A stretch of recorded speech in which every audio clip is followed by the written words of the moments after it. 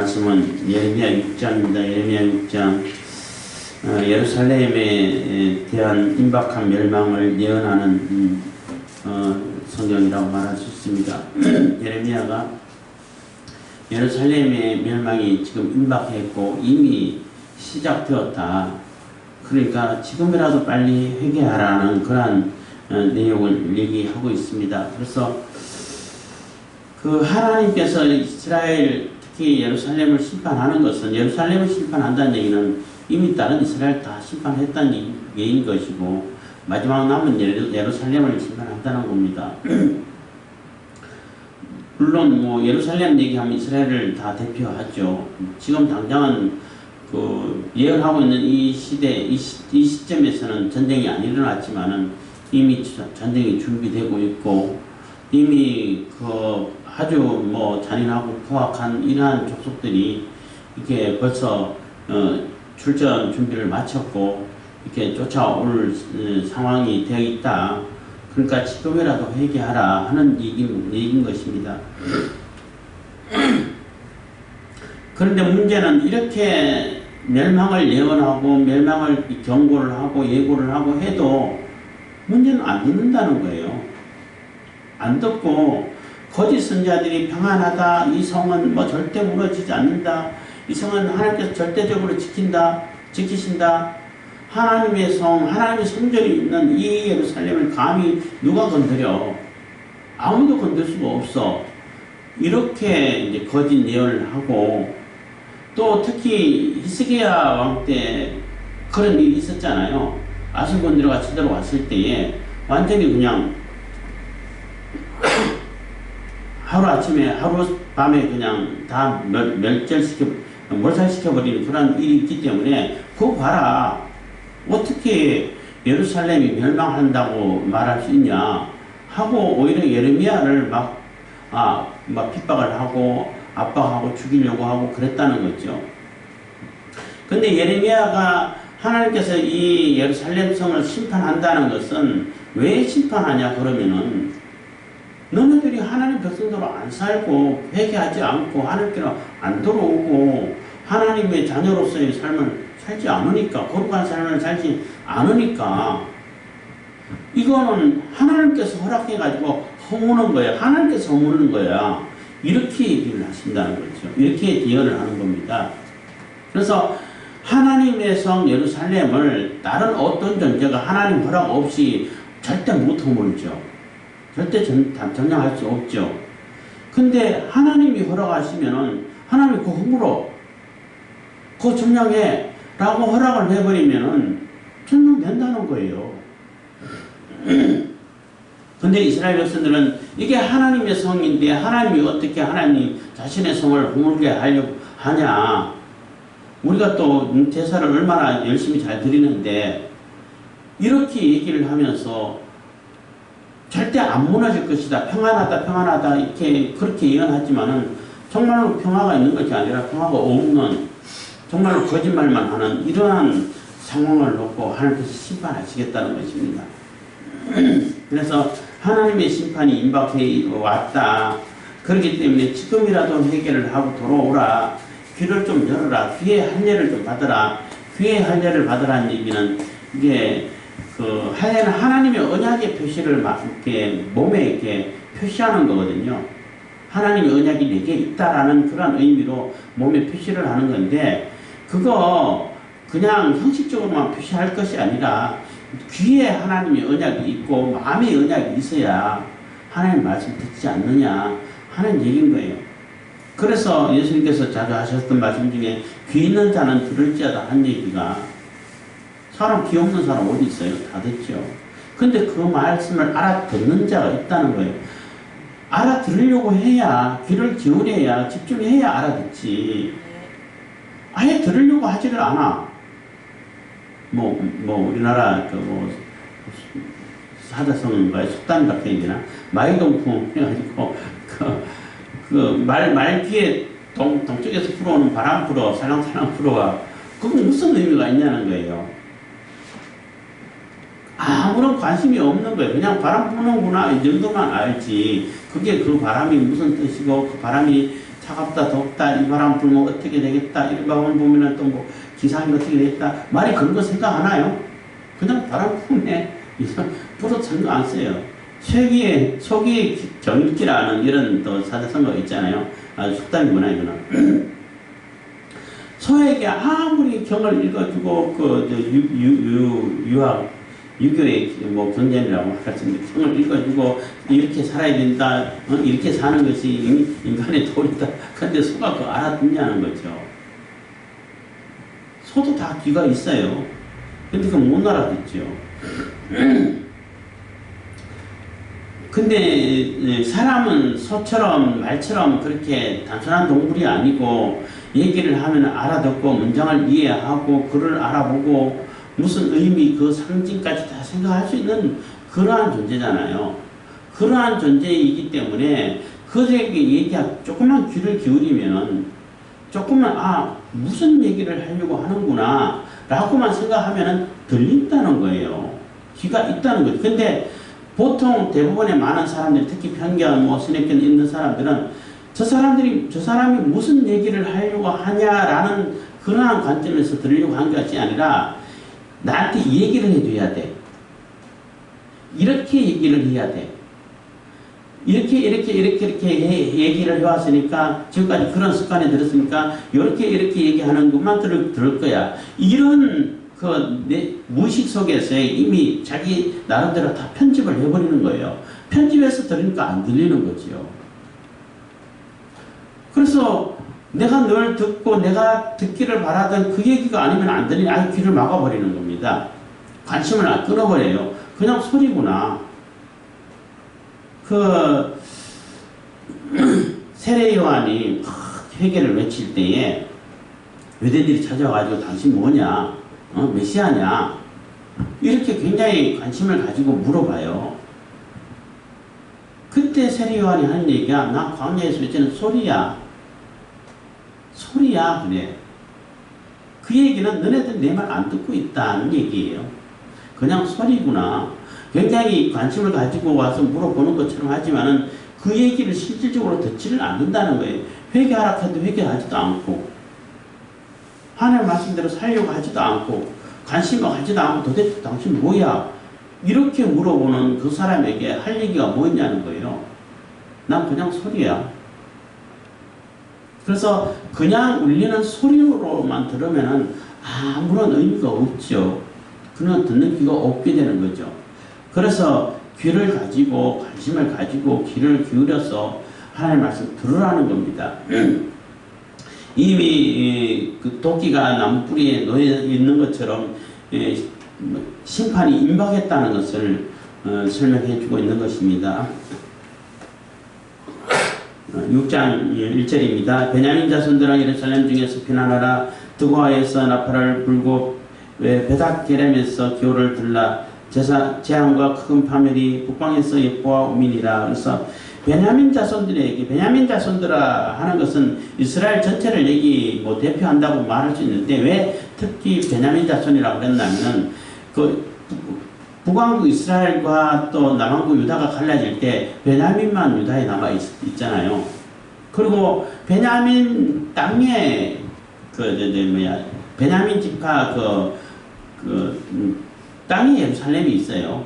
예루살렘이 쉽게 말하면 굳이 구역으로 따진다면 베냐민 지파에 속하는 곳이 예루살렘이 되는데 어쨌든 예루살렘에 가장 가까이 있는 지파가 베냐민 지파라는 거예요. 그래서 베냐민 자손아 한 얘기는 이미 가장 가까이 예루살렘 가까이 심판이 멸망이 와 있다는 겁니다. 이미 멀리 있는 사람들은 이미 예를 들어 단지파야 이렇게 하면은 좀 멀리 떨어지니까 아직 또 조금 더 기다릴 시간이 있구나 이렇게 생각할 수 있을지 모르겠지만은 베냐민 지파야 그러면은 예루살렘에게 거의 임박해 있다는 거예요. 다 가까이 와 있다는 얘기인 겁니다. 재앙이. 그래서 베냐민 자손들아 얘기를 하고 있는 것입니다. 이제 아름답고 묘한 딸 시온을 내가 멸절하리니. 그래서 아름답고 묘한 정말로 예쁘고 아름답고 하나님께서 이쁘게 만들어주고 이렇게 사람들이 다 볼 때 뭐 좋게 여겼던 이 예루살렘을 하나님께 내가 멸절시키겠다 하고 선언하는 겁니다. 그리고 멸절시키겠다 하는데 이 목자들이 여기서 말하는 목자들은 그 이방인들의 목자들이에요. 예루살렘이라든지 이스라엘에 와가지고 이방인들이 자기 땅처럼 자기 목자를 그 양을 치듯이 목장처럼 해가지고 자기들 목장을 키우게 만든다는 거예요. 그럼 예를 들어가지고 우리나라에 대한민국에 일본 가장 싫어하는 사람 많죠. 일본 사람들이 와가지고 여기 내 땅이야 시민들이 경험 다 했지만은 와가지고 너네들 다 나가 우리 내가 살 거야. 그러면은 당연히 열받죠. 화가 나죠. 그래도 힘이 없으면 할 수가 없는 거예요. 그런 시민지를 당하는 겁니다. 마찬가지로 이 예루살렘 주변에 와가지고 이 이방인의 목자들이 와서 자기들이 양떼를 몰고 와가지고 거기서 양을 키우고 있다는 겁니다. 그래서 목자들이 그 양을 몰고 와서 그 사면에 자기 장막을 치고 각기 처소에서 먹이리로다. 4절입니다. 너희는 그를 치기를 준비하라. 일어나라. 우리가 정오에 올라가자. 아깝다. 날이 기울어 저녁 그늘이 길었구나 해서 이 4절부터는 그 정복자들이 예루살렘을 전쟁하고 예루살렘을 점령하는 그러한 소리를 얘기하는 것입니다. 근데 그들이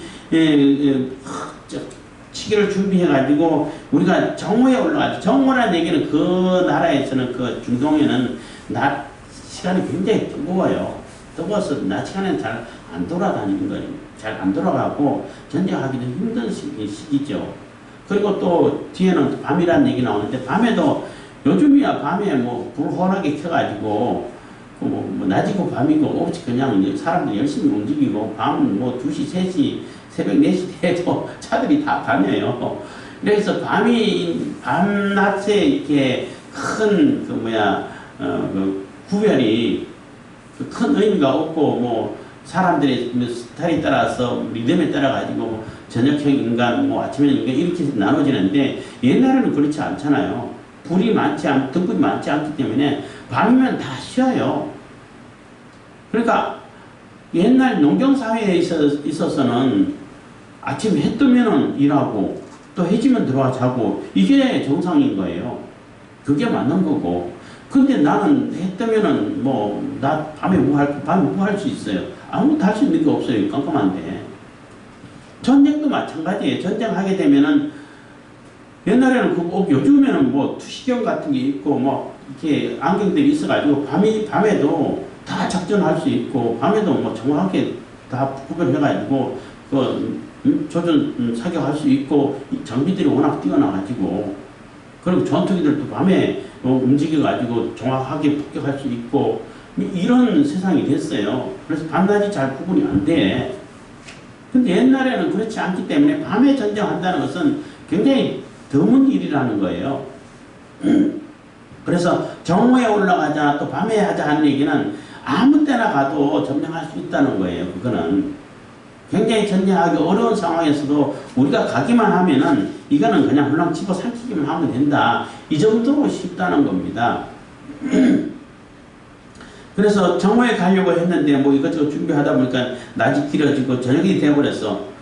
저녁 되면 무슨 상관이야. 저녁이라도 점령할 수 있는데 하는 얘기가 된다는 겁니다. 5절 일어나라 우리가 밤으로 올라가서 그 정각들을 헐자두다. 6절입니다. 남왕군의 여호와가 이같이 말하노라. 너희는 나무를 베어 예루살렘을 향하여 풍벽을 쌓아라. 이는 벌받을 성이라. 그 중에는 오직 포악한 것뿐이니라. 그래서 저녁에 밤에 늦었으니까 그럼 쉬었다 내일 하자가 아니라 지금이라도 가자. 이 얘기는 언제든지 점령할 수 있는 그러한 상태가 되어 있다는 거예요. 그리고 그렇게 한 것은 하나님께서 그들이 능력이 뛰어나서 그렇게 한 것이 아니라 하나님이 가서 그냥 나무를 베가지고 흉벽을 쌓아가지고 점령할 준비 다 해. 내가 다 허락할 거야. 하나님께서 허락을 해버렸다는 거예요. 하나님께서 허락하셔가지고 이 예루살렘이 점령당하게 만들어버렸다는 겁니다. 그러니까 당연히 예루살렘 성은 멸망하겠지요. 그렇게 되면은 하나님이 보호하시면 어떤 존재도 그 예루살렘을 점령할 수가 없어요. 근데 하나님이 허락을 해버리는데 하나님께 이거 무너뜨려. 이거 점령해. 그럼 점령이 되는 거예요. 그래서 하나님께서 이렇게 하셨다는데 그 이유가 그 중에 그러니까 성 중에는 포악밖에 없다는 겁니다. 하나님의 의가 정의가 하나도 없다는 거예요. 그래서 이는 벌받을 성이기 때문에 내가 이거 점령을 허락한다는 겁니다. 7절입니다. 샘이 그 물을 쏟아낸 같이 그가 그 악을 발하니 강포와 달치가 거기서 들리며 질병과 청상이 내 앞에 계속 하느니라 해서 샘이 물 퐁퐁퐁퐁 계속 쏟아 올라오잖아요. 그것처럼 이 성에서는 사람들 마음속에서 악이 계속 퐁퐁퐁 쏟아 올라온다는 거예요. 악한 것만 쏟아 올라온다는 겁니다. 그래서 내가 이것을 심판하겠다는 겁니다. 8절입니다. 예루살렘아 너는 훈계를 받으라. 그리하지 아니하면 내 마음이 너를 싫어하고 너로 항목케 하여 검이 없는 땅을 만들리라. 그래서 지금이라도 훈계를 받으라는 거예요. 심판의 예고를, 심판의 그러한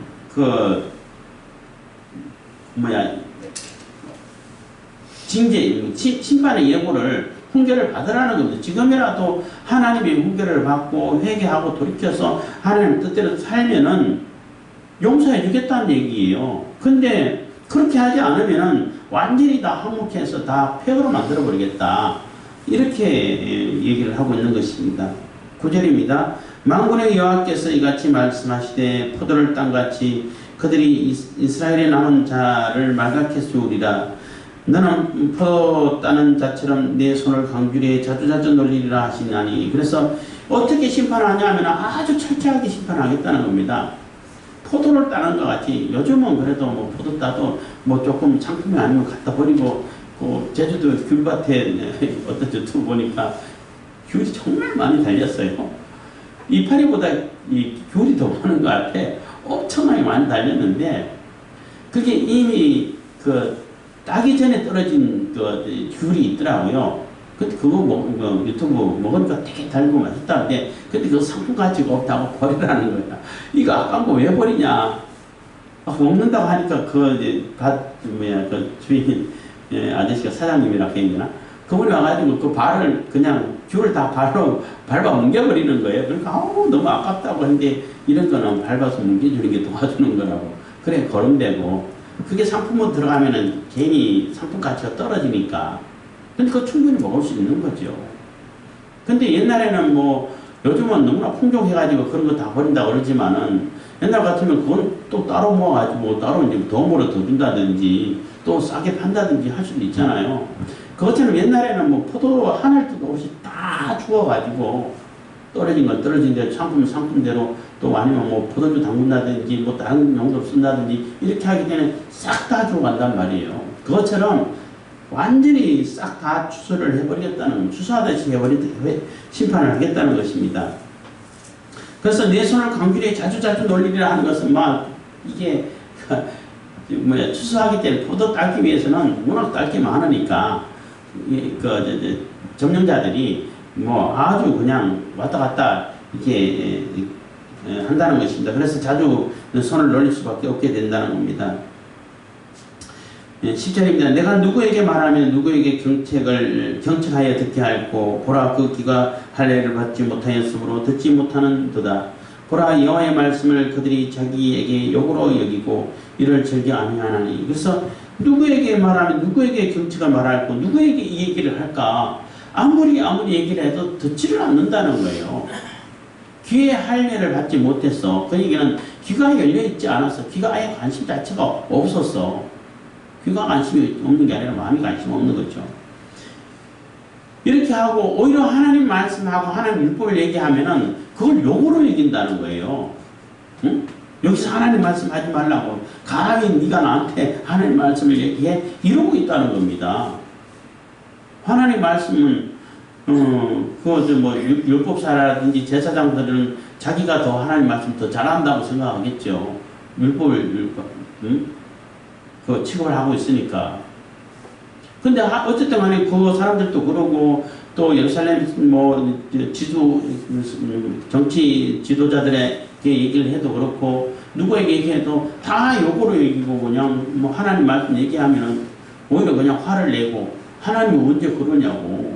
하나님이 이 성을 어떻게 멸망시키냐고. 자기 성인데 하나님이 성전이 있는데 그런데 그 성전에는 가족 우상 다 갖다 놨어. 자기들은 하나님 백성으로서의 모습 거룩한 삶을 살지가 않아. 하나님 백성이면 하나님 백성으로서의 모습이 분별이 되고 구별된 모습이 보여야 되는데 안 보인다는 거예요. 악한 자보다 더 악하게 행동하고 있는데 하나님 심판 안 하시겠냐는 겁니다. 그래서 하나님 말씀을 아무리 얘기해도 듣는 자가 없고 오히려 그 말씀을 욕으로 읽고 뭐 듣기를 뭐 즐겨하지 않는다는 겁니다. 뭐 싫어하고 짜증내고 화내고 그런다는 거죠.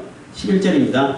그러므로 여호와의 분노가 내게 가득하여 참기 어렵도다. 그래서 그 하나님의 분노가 하나님께서 분노하실 그 분노를 쏟으려고 하는 것이 예레미야 자신에게 막 가득 들어와 있다는 겁니다.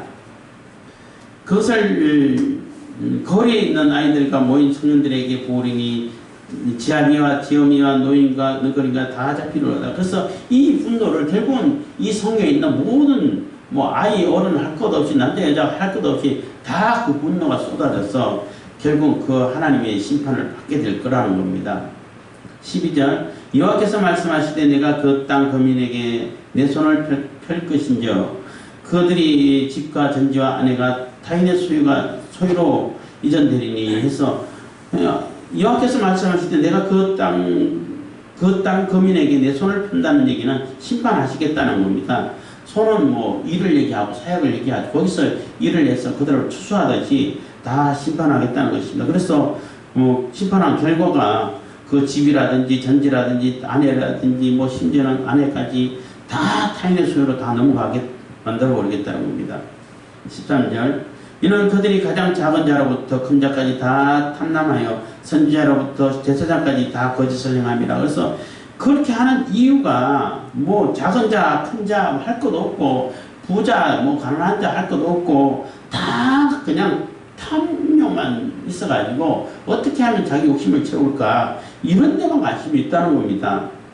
그리고 선지자, 뭐 제사장 이 사람들까지 그 사람들이 최후 보루라 그럴 수 있지 말할 수 있잖아요. 마지막 순간까지 하나님 말씀 증거해야 되고 자신들은 다른 사람들은 다 그렇게 살아도 나는 하나님 말씀을 전해야 할 임무가 있는 그런 선지자들이기 때문에 그 선지자들은 하나님 말씀을 입각해서 그렇게 살면 안 됩니다. 이렇게 살아야 됩니다. 이렇게 해야 할 그러한 신분을 가진 자들이 선지자들이잖아요. 제사장들이잖아. 근데 그들까지 똑같이 거짓말하고 탐욕에 빠져가지고 욕심만 부리고 이러고 있다는 겁니다. 그렇기 때문에 하나님께서 심판하시겠다는 겁니다. 14절 그들이 내 백성의 상처를 심상히 고쳐주며 말하기를 평강하다 하나 평강이 없도다. 그래서 그들이 내 백성의 상처를 심상히 고쳐준다는 얘기는 제대로 고쳐주는 것이 아니라 고쳐주는 것처럼 치료할 것처럼 이렇게 얘기한다는 거예요. 그 얘기하니까 갑자기 생각나는데 그 문재인 대통령이라 해야 되나. 문재인이 미국 가지고 민판자들 딱 하면은 뭐 종전선언 얘기했잖아요. 도대체 그 종전선언 그 의미도 자기 스스로도 의미 없다고 하면서 의미 없는 거 왜 하려고 그러냐고 이렇게 비아냥되기도 하는데 어떤 학자가 그 얘기는 지금 종전선언하고 뭐 그 문재인이 얘기하는 종전선언은 암 환자에게 반창고 붙여주는 거하고 똑같더라는 거예요. 암한테에게 반짝 하나 붙여주고 치료 다 됐어. 이거하고 똑같은 얘기라는 게 그만큼 조롱하는 얘기예요. 아무런 의미도 없고 맞지도 않는 얘기를 왜 하냐는 겁니다. 마찬가지로 이 사람들은 백성들에게 상처를 고쳐준다고 하면서 암 환자에게 반짝 하나 붙여주고 이제 다 났어. 이 얘기밖에 안 된다. 치료가 다 됐어. 이런 식으로 고쳐주고 있고 다 거짓말을 하고 있다는 겁니다. 그리고 이제 평안할 거야. 다 나았어. 이제는 안 아플 거야. 근데 그렇게 안 아프나요? 암 환자에게 반창고 붙여주면 낫나요? 응? 속에 있는 소가 불량한데 빨간 약품을 주면은 배에 빨간 약품을 소화가 되나요? 그 얘기를 하고 있는 것입니다. 15절 그들이 가증한 일을 행할 때에 부끄러워하였느냐 아니라 조금 더 부끄러워 아니할 뿐 아니라 얼굴도 붉어지지 않았느니라. 그러므로 그들이 엎드러지는 자와 함께 엎드러질 것이라. 내가 그들을 벌하리니 그때 그들이 끄꾸러지리라. 여호와의 말이니라. 그래서 그런 일을 하면서 거짓말을 하면서 눈 하나 깜짝하지 않고 얼굴도 하나 붉어지지 않고 낯색도 하나도 변하지도 않고 아주 뻔뻔하게 너무나 뻔뻔스럽다는 겁니다. 뻔뻔하게 거짓말하고 또 악한 일을 하고 그래도 양심의 가치가 하나도 없고 아주 당당하고 떳떳하고 요즘 누구를 보는 것 같죠. 가진 악을 다 행하고 가진 죄악을 다 짓고 자기보다 그렇게 하면서 대성후보라고 그냥 자기보다 좋은 사람 없다고 이런 식으로 얘기하는 그런 모습 볼 때 그 사람도 무슨 교회 교인이라고 하는데 그런 모습이라는 거예요. 그러니까 하나님께 심판 안 하시겠냐는 겁니다. 16절입니다. 여호와께서 이같이 말씀하시되 너희는 길에 서서 보면 옛적 길 곧 선한 길이 어딘지 알아보고 그리로 행하라. 너희 심령이 평강을 얻으리라 하나 그들의 대답이 우리는 그리로 행치 않겠노라 하였으며. 그래서 너네들이 정말로 선한 길, 정말로 생명의 길이 어떤 길인지를 살펴봐봐. 예? 과거에 옛날에 하나님께서 무슨 말씀을 주셨고 무슨 율법을 주셨고 하나님 백성은 어떻게 살아야 되는지 그거 한번 살펴봐. 그렇게 살면은 너희들 평강을 얻고 또 생명을 얻을 수 있어 라고 얘기했지만 우리는 그게 싫어. 하나님 싫어. 내 마음대로 살 거야. 우상 섬기듯이 다른 사람도 우상 다 섬기는데 이방인들 다 섬기는데 나도 그렇게 살 거야. 이렇게 한다는 겁니다. 그래서 하나님 말씀대로 하나님 법대로 하나님 선한 길로 가지 않겠다고 스스로 얘기를 하는데 그러니까 심판하는 거죠. 그러면서 그들은 절대 평안하다, 삶이 변명하지 않는다 이렇게 예언을 하고 있다는 겁니다. 17절입니다. 내가 또 너희 위에 파수꾼을 세웠으니 나팔 소리를 들어라 하나 그들의 대답이 우리는 듣지 않겠노라 하였도다. 그래서 파수꾼을 세웠다는 얘기는 정말로 하나님의 선지자를 세워가지고 하나님 말씀을 계속 들려주고 있다는 거예요. 하나님 말씀대로 살아라. 하나님 백성의 모습을 보여라. 백성의 거룩한 삶을 살아라. 이렇게 했는데도 안 듣는다는 겁니다. 듣지 않겠노라 하고 아예 그냥 귀를 막아버리고 말도 못하게 한다는 겁니다. 18절 그러므로 너희 열방들아 들으라. 회중아 그들의 당할 일을 알라. 그렇기 때문에 너희들 심판받을 것이고 세상 사람들 다 들어보라고 이 사람들이 어떻게 당할 것이고 이 사람들이 어떤 심판을 받을 것인가를 한번 살펴보라는 겁니다. 19절 땅이여 들으라. 내가 이 백성에게 재앙을 내리리니 이것이 그들의 생각의 결과라. 그들이 내 말을 듣지 아니하면 내 법을 버렸음이니라. 그래서 그들의 생각대로 그들의 악한 생각의 결과가 멸망이라는 것을 생생하게 보여주겠다는 겁니다. 그래서 그들이 내 말을 하나님 말씀 듣지 않고 법을 버렸기 때문에 심판하겠다는 것입니다. 20절입니다. 시바에서 유향과 원방에서 상품을 내게로 가져오면 어찌미뇨. 그런데 하나님께 제사 드릴 때는 최고 좋은 거, 상품 아주 귀한 거, 아주 비싼 거 이런 걸 하나님께 가져온다는 겁니다. 근데 그거 왜 가져오냐 하는 얘기예요. 나는 그들의 번제를 받지 아니하며 그들의 희생을 달게 여기지 않노라. 그러므로 나 여호와가 이같이 말하노라. 보라 내가 이 백성 앞에 거침을 두리니 아비와 아들들이 한 가지로 거기 거치며 이웃과 그 친구와 함께 멸망하리라. 그래서 그렇게 좋은 거 갖고 뭐하냐 하는 거예요. 예배 때 하나님께 교회에 나오는 자들이 헌금을 많이 하면 뭐하냐는 거예요. 헌금하지 말라는 얘기 아니에요. 제사 드리지 말라는 얘기 아니에요. 그 삶이 거룩한 삶을 가지고 그 삶에 대해서 감사함으로 하나님께 예배하고 하나님께 제사하고 헌금하면 그게 가치 있는 거죠. 전혀 하나님 말씀대로 살지 않고 하나님 법대로 살지도 않아. 근데 예배 때 헌금만 많이 해. 물론 교회 운영하는데 헌금 많이 하면 고맙겠죠. 그래도 헌금 많이 하면 헌금으로 주면 받긴 받겠지만 내물성 있는 뭐 어떤 조건이 있는 헌금이면 안 받죠. 저도. 근데 아무 얘기하지 않고 뭐 우리야 뭐 잘 분별이 되겠습니까? 헌금하면 뭐 사람들이 받지. 헌금인 줄 알죠. 근데 하나님은 다 아신다는 거예요. 그 사람이 어떻게 행동을 했고 어떻게 삶을 살았는지, 거룩한 삶을 하나님의 말씀대로 하나님의 법대로 하나님의 백성대로 살았는지 안 살았는지 하나님 다 아시죠. 근데 그러한 삶을 살지 않고 자기 욕심을 챙기고 막 탐욕을 부리고, 그래서 욕심을 채우고 탐욕을 부리기 위해서 사람들 재산 다 뺏어버리고, 대장동 얘기하고 비슷하죠. 다 뺏어버리고 자기들끼리 다 나눠가지고, 그러면서 자기는 뭐 백성들 위해서 국민들 시민들 위해 가지고 이만큼 했다고, 그거는 핑계거리 만들려고 했던 것 같아요. 이거라도 성난시로 돌린 것이 어디냐? 그거는 자기들 나중에 핑계거리 되려고 만들어 놓은 거고, 결국은 자기들끼리 다 해먹었잖아. 그리고 진짜 원주민들은 뭐 완전히 땅 다 뺏겼잖아요. 아주 헐값으로. 그렇게 하면서 그거 말 안 들으면 또 죽여버리고, 이렇게 얘기를 하면서 이런 짓을 하면서 하나님께 나와가지고 정부로 예배 드리면은 하나님께서 받으시겠냐는 거예요. 그게 가정스럽다는 겁니다. 하나님께서 그거 절대 용납하지 않겠다는 겁니다.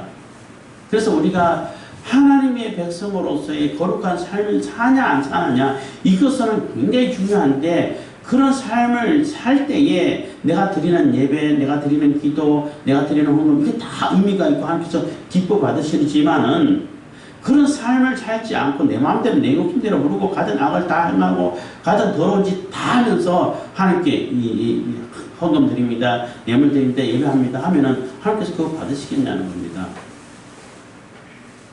요즘 자주 얘기하지만은 뭐 말하는 거 행동을 보면 다 공산주의자들이고 뭐 말도 안 되고, 뭐 우리 교회를 허무는 그런 짓을 하면서 교회 장로입니다, 뭐 안수 집사입니다, 집사입니다, 오로지 북한을 위해서 하면서 집사입니다, 무슨 교회 교인입니다. 그리고 법이고 뭐고 없어 완전히 깡패짓을 해. 하는 거 보면 완전히 깡패짓이요. 그래서 민주당의 당내에서도 저렇게 하면 완전히 독재인데 저렇게 하면 안 될 텐데, 오히려 아니 야당에서 불평하는 게 아니라 여당 내에서 불평을 하고 있어요. 그게 이제 비유지만은 하나님의 백성들도 마찬가지라는 거예요. 하나님께서 왜 심판하냐? 하나님 말씀대로 안 살고 하나님 백성대로 안 사니까 심판하는 겁니다. 그 구원파 얘기를 뭐 요즘 안 하다 다시 하게 되는데, 지금 할 수 있게 됐는데 다시 하려고 하는데, 구원파도 마찬가지예요. 자기가 난 무슨 죄 지어도 이제 다 용서받았기 때문에 괜찮아 하고 정말로 적극적으로 죄를 짓고 나쁜 짓을 하는데, 그러면서 하나님 찾으면 그거 하나님께서 기뻐하시겠냐는 거예요. 그거 구원받은 사람 맞냐는 겁니다. 말은 구원파지만은 구원하고 아무런 상관없는 사람들이에요. 절대 그렇지 않다는 겁니다.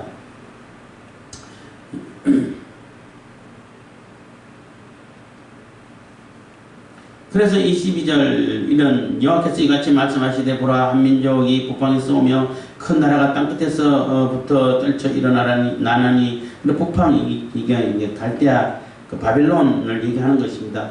그들은 23절 그들은 활과 창을 잡았고 잔인하여 자비가 없으며 뭐 정말로 잔인한 족속들이라는 것입니다. 그들을 붙여가지고 심판하겠다는 겁니다. 그 목소리는 바다가 형용하는 같은 자라, 그들이 말을 타고 전사같이 다 항우를 버리고 딸 시온 너를 치려 하느니라 하시도다. 그래서 너 딸 시온 너를 치려고 굉장히 흉포하고 뭐 잔인하고 뭐 어마어마한 그 힘을 가진 그런 자들을 보낼 거야. 이렇게 경고를 하고 있는 것입니다. 24절 우리가 그 소문을 들었으므로 손이 약해졌고 고통이 우리를 잡았으므로 아픔이 해산하는 여인 같았다. 그 소리 들을 때 너무나 낙담돼 가지고 이게 이제 죽었구나, 완전히 힘이 쭉 빠져버리는 이런 상황이 된다는 겁니다. 25절 너희는 밭에도 나가지 말라, 길도 행치 말라, 대적에 칼이 있고 사방에 두려움이 있습니다. 갈 곳도 없다는 겁니다. 도망갈 데도 없다는 거예요. 도망갈 데도 없으니까 그러면 빨리 지금이라도 회개하라는 거죠. 하나님께 회개하라는 얘기예요. 하나님께 빨리 돌아오라는 얘기인 겁니다. 26절 딸 내 백성이 굵은 배를 두르고 뒤에서 굴며 독자를 이런같이 슬퍼하며 통곡할지어다. 멸망시킬 자가 호련히 우리에게 올 것임이니라. 완전히 그 통곡하고 슬퍼하고 심판당해서 막 울고 다 자식을 잃어버리고 남편을 잃어버리고 이런 상황이 곧 도래할 거라는 겁니다. 27절 주께서 가라사대 내가 이미 너로 내 백성 중에 살피는 자와 요새를 삼아 그들의 길을 알고 살피게 하였노라. 이렇게 되는 것은 이미 이전부터 다 하나님께서 예고를 하고 얘기하고 하나님 말씀 어떤지 다 살피게 했다는 거예요. 이렇게 하면 심판할 거야. 뭐 모세 오경 모세 법을 줄 때부터 뭐 신명기 때부터 얘기를 했잖아요. 하나님 말씀대로 안 하면 이렇게 심판할 거야. 하나님 말씀대로 이렇게 살아야 돼. 이렇게 사는 것이 하나님 자녀의 삶이라 수없이 얘기를 했다는 겁니다. 이것도 수없이 예루살렘이 멸망할 거라고 다 얘기를 했다는 겁니다. 그런데도 안 듣는다는 거죠.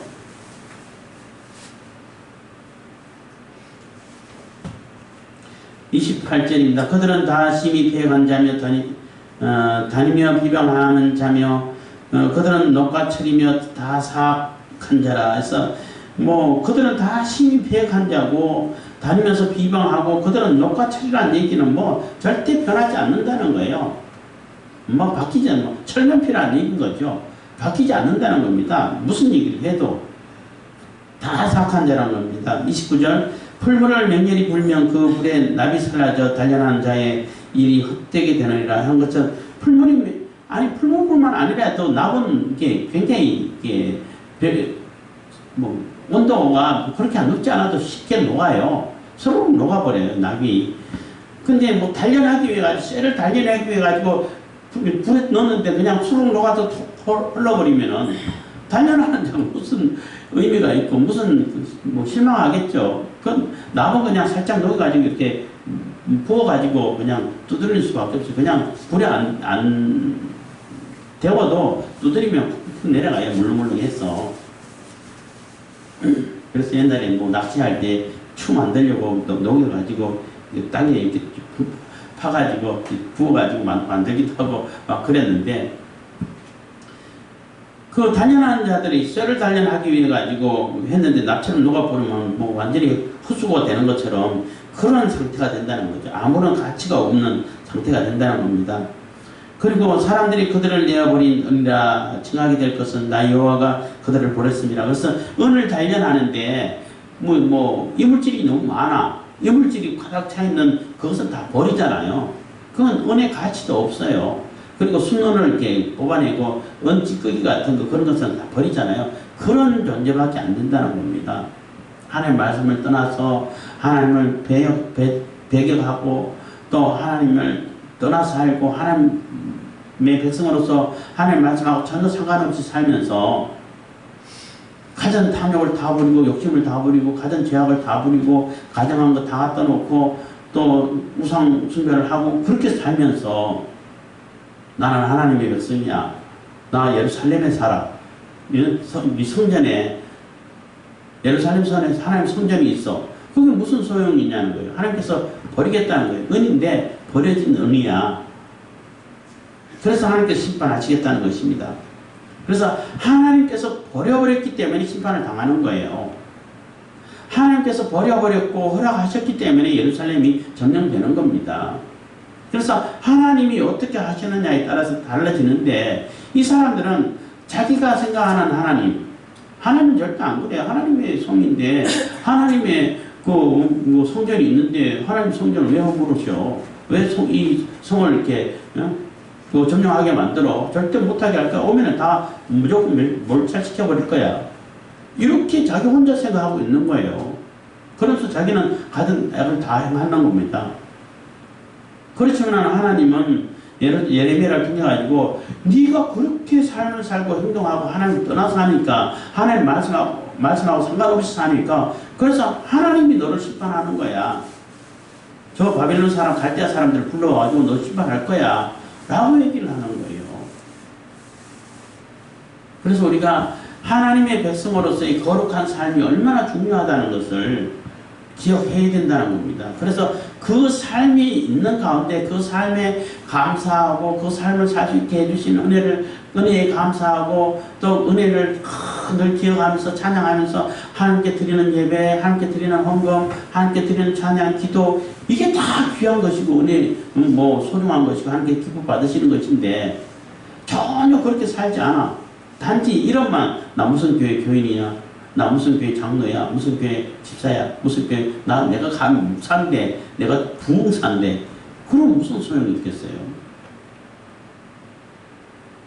그래서 우리가 하나님에 대해서 제대로 인식을 해야 되고 하나님께서 무엇을 원하시는지를 우리가 생각해야 된다는 겁니다. 그래서 하나님은 정의를, 하나님의 의를 실천하고 하나님의 의를 따라서 말씀 따라서 하는 것을 이것을 원하는 것이고 그런 가운데 그렇게 삶을 사는 내가 너무나 감사하고 기뻐서 하나님께 예배하고 하나님께 감사하고 하나님께 찬양하고 하나님께 기도하고 할 때 그게 의미가 있는 거라는 겁니다. 그래서 그러한 삶을 살기를 바라고 비록 지금은 내가 죄에 빠져 있다 할지라도 하나님 말씀 들려지는 이 순간 지금이라도 돌아오면은 내가 용서해 주겠다는 거예요. 하나님 그게 가장 큰 은혜지요. 사실은 우리 인간이 완벽하지 못하기 때문에. 근데 문제는 그 얘기 자체를 안 들어버린다는 게 이게 가장 큰 문제예요. 그래서 우리가 하나님 말씀 듣고 하나님 백성으로서 늘 하나님 은혜를 입고 사는 그러한 저와 여러분들 다 되길 바라겠습니다. 기도하겠습니다. 사랑해